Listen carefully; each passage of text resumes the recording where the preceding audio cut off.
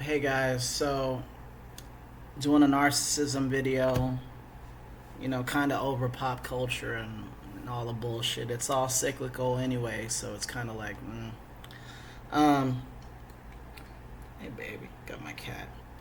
Um, but I want to talk about my own issue and my own struggles with the narcissist in my life, being my mother. You know, golden child brother, but uh, he's not that much of an issue. But I've been really doing a lot of thought. At this point, when I first started making videos consistently, I was about a month into no contact with my mom, somewhere around there. And I'm at the 5 month mark. Actually, by tomorrow will officially be the 5 month mark of being no contact. I blocked her. I blocked my brother. I blocked her boyfriend. I blocked anybody who might, within that immediate household, be utilized as a means to get to me. So I blocked all these people, and I've been reflecting. I've been reflecting on, the choice to make these blocks, and the choice to live kind of a family-free existence. Which is essentially what it is, because you know, my extended family doesn't reach out to me much. Nobody's expressed that they don't want to talk to me or anything like that. And I do have one cousin that I talk to from time to time, but nobody calls me, nobody writes, nobody does anything. And that's just as well, because we don't really have much to talk about.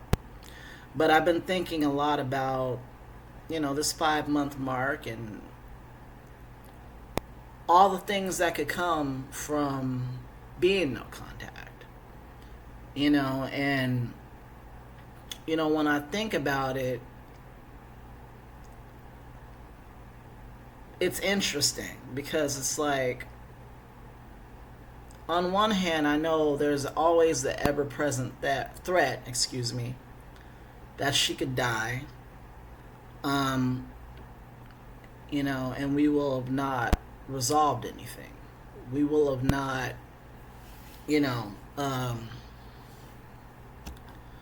we will have not figured our shit out together. And, I fear that on some level, but really, I primarily feel like I have a lot of acceptance of that, which I know sounds contradictory, but it's how I feel. You know, um, you'd have to watch kind of the early videos, the no contact son husband videos, if you're curious about the exact backstory and the reason why. I'll say, just to kind of sum it up, the reason why I went no contact was because it was very clear to me that she wasn't interested in. Say hi. Hi, baby. Hmm?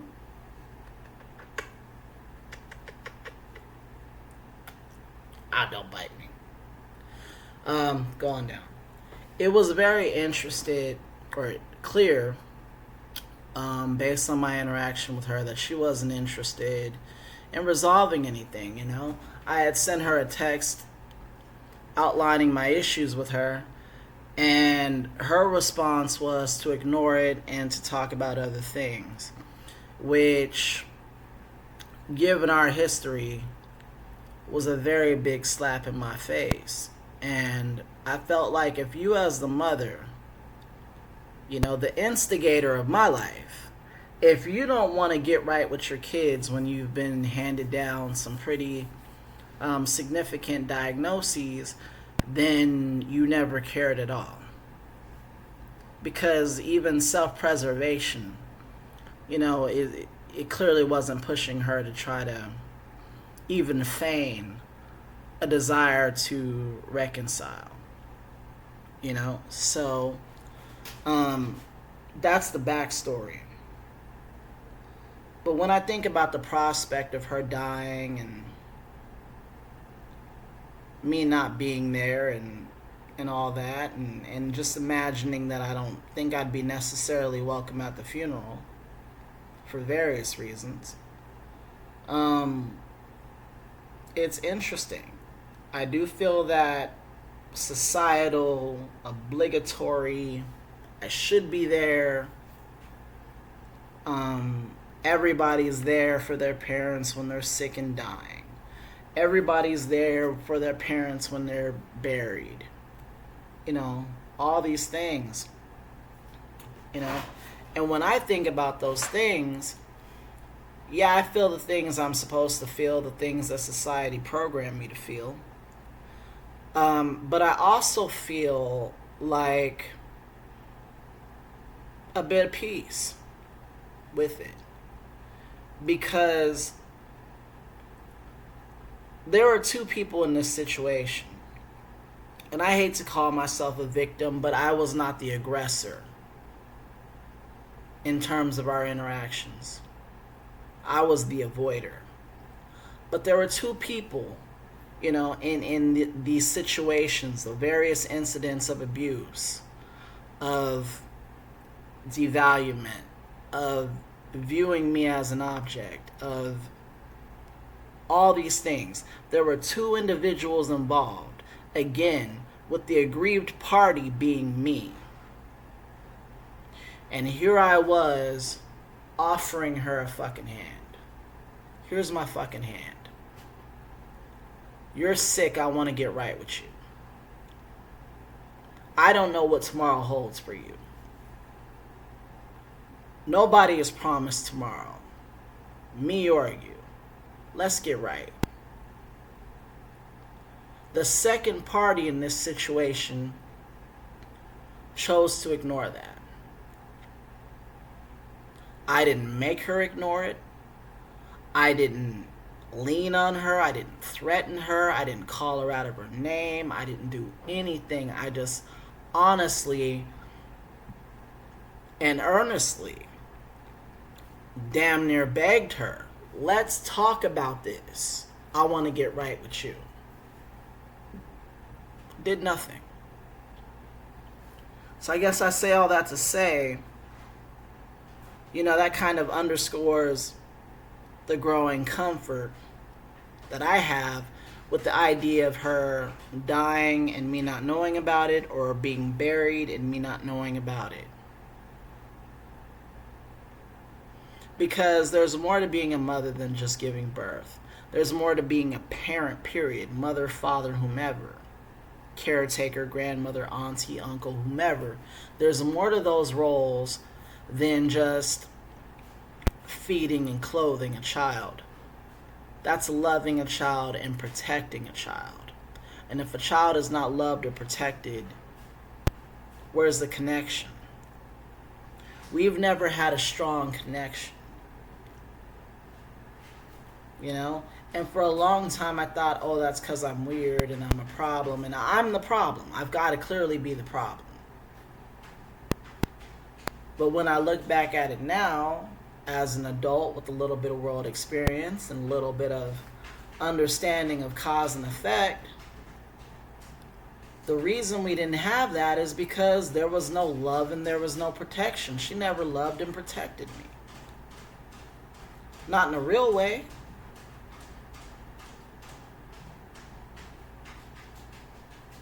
You know, not in a real way.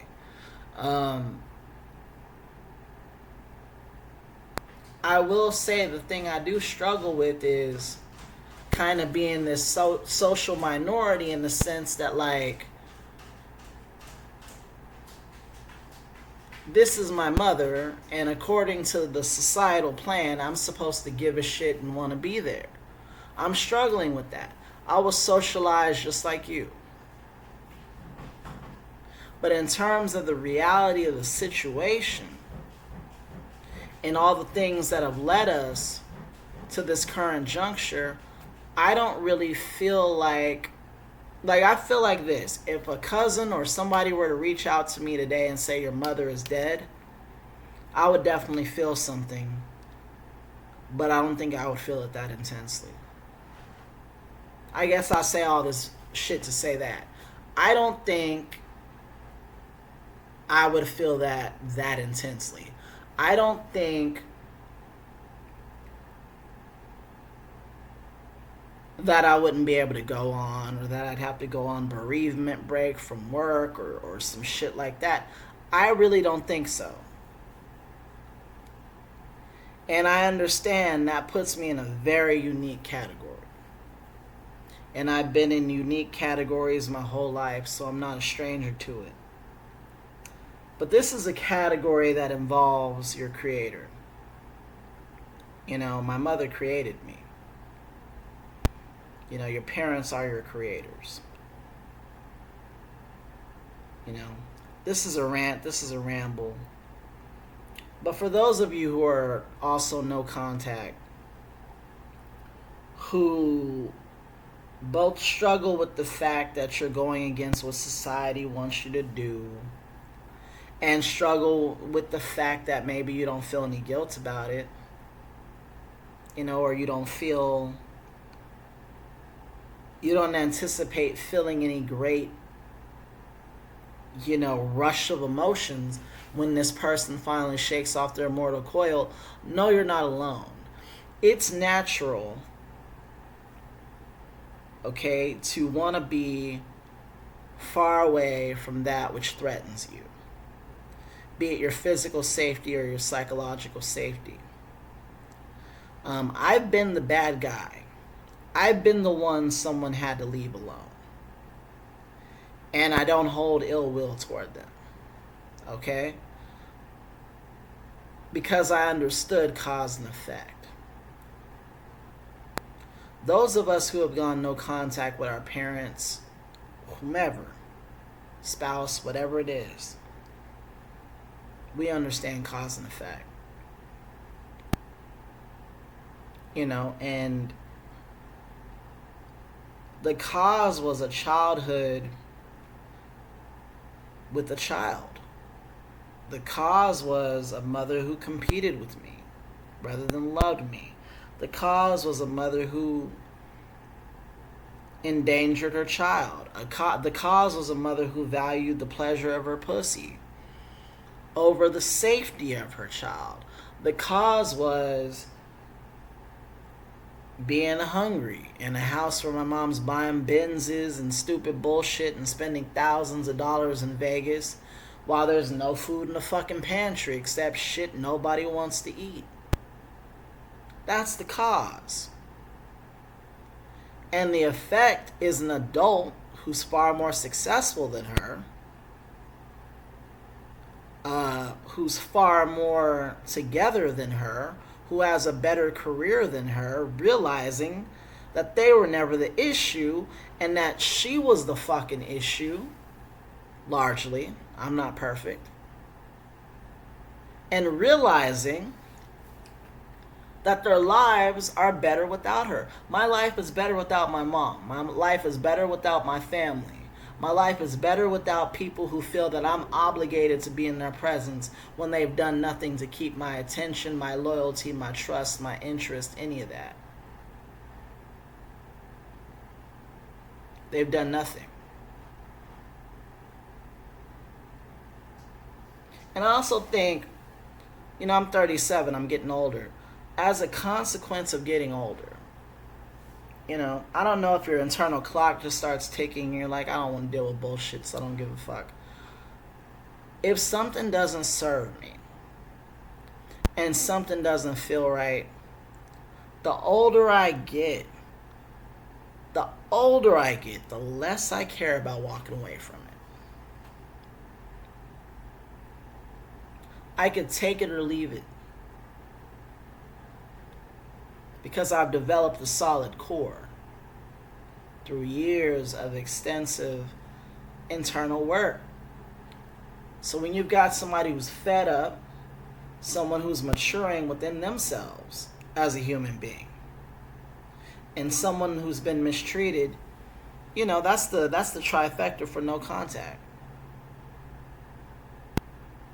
You know, I don't have a singular point I'm trying to make, I guess. other than, us kids of narc parents, we walk a different path. And especially right now with the holiday seasons afoot, or season afoot, it's very easy to look at yourself and feel misgivings and, you know, uh, trepidation. And, you're hearing about how such and such is going to their parents' house, and such is going over here, and such is going over there. You hear all these things, and it makes you feel like you're not a part of, this cultural happening, which is, go see your people for Thanksgiving, Christmas, Hanukkah, Kwanzaa, whatever you celebrate,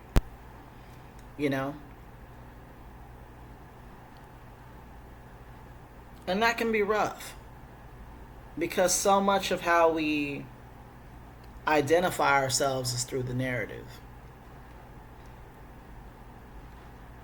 But I really think we should pause and think about the narrative and what that means. And the narrative also told us that mother knows best, father knows best.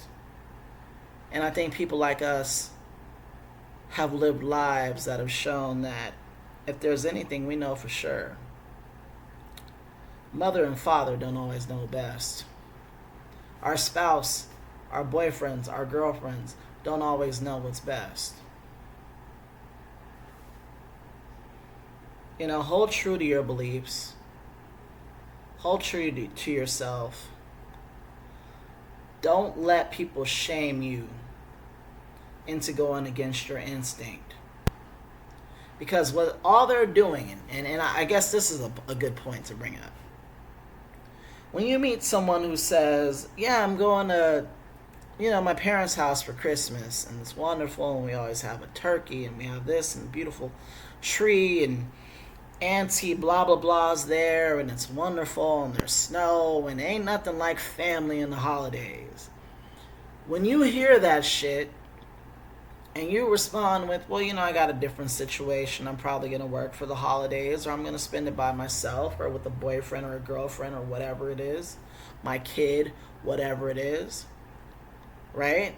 And they give you that look.